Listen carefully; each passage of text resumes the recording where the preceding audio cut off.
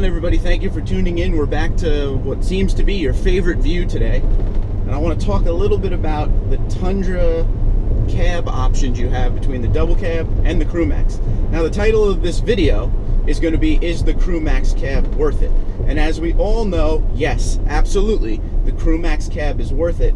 But I want to talk a little bit about both, because now that I have experience with both, I want to help you guys buy your next Tundra and be happy with it. I get a lot of questions all the time from people that are in the market for the Tundra. Is the CrewMax cab worth it because of the more money you may have to spend? Now, me, I'm very particular in what I want when I go to buy my trucks. I want certain options, as you know, because right now you are suction cupped to a sunroof that I've been wanting forever, right? So when I go, I have a whole list of things that I want, and that's the direction I'm going in, and then I work with price and go from there. But there are a lot of people that go into it wide open, not really sure what to get, not really sure what they need. So one thing I implore you to do before I give any opinions is to go to your local Toyota dealership and sit in each truck, double cab and CrewMax, and figure out if you really need it, as far as if you really need the CrewMax. The double cab offers a ton of options, just like the CrewMax, and you can save some money.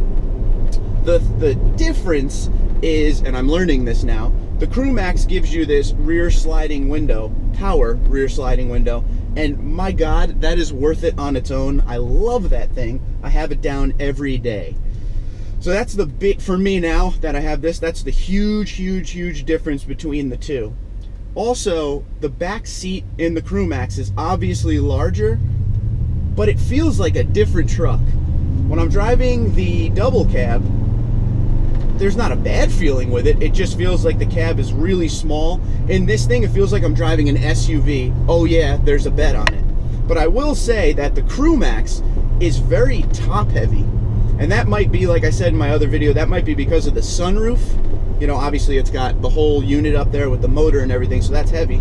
But overall, it feels very top heavy compared to the double cab that doesn't have a sunroof. And the sunroof is not offered on the double cab, just in case you didn't know that.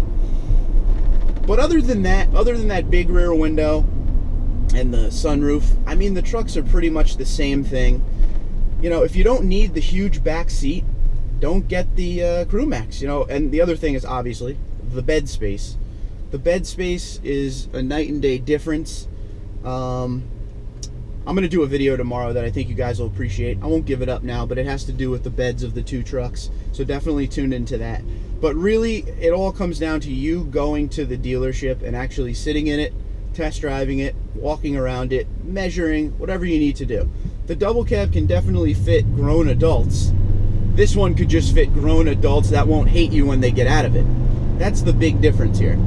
I've had, back in the day in my 09, me and like 4 of my friends would go down to the race in Richmond in my Tundra. Okay, so that's like a 6-hour ride each way. And they never complained one time about space. I'm sure if I had a CrewMax, they would love me a lot more, and I'd still be talking to a few of them. But that's neither here nor there.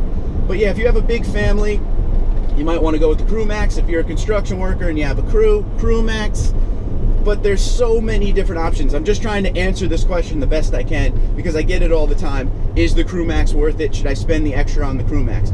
And you can get a CrewMax fairly cheap, but that's when you start giving up options. So if you want an SR5 TRD off-road CrewMax, you're probably going to be in the $43,000 range, depending on your other options added on, side steps, that kind of thing. If you want that same truck in a double cab, you might be at about $40,000, $41,000. So you're saving a few $1,000s right there. So really, just go to the dealership on a Sunday, check them both out next to each other. Sometimes the dealerships leave the trucks and cars unlocked so you can check out the inside. I don't know, some do, some don't. But let me know, as far as the owners of these trucks right now go, let me know what you think. Like I said, I've owned both. So I have allegiance to the double cab because I've had 4 of them, but I love this CrewMax and I'm never going back.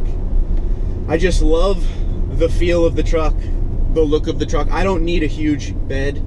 That's the big deal breaker for a lot of people, is the bed size. I just don't need the huge bed, the 6.5 footer. This 5.5 is just fine for everything I need. The stuff I'm putting back there is stuff to go on vacation with, golf clubs, bikes, maybe some goalie pads here and there. But yeah, it all comes down to bed space. But yeah, let me know what you think. If you're in the market and you have questions, ask away. I'm here to help, do the best I can. And yeah, keep the comments flowing. Twitter and Instagram at TundraDude34. You guys have a great day. And absolutely, yes, the CrewMax cab is worth it, but the double cab is awesome too. Have a good one.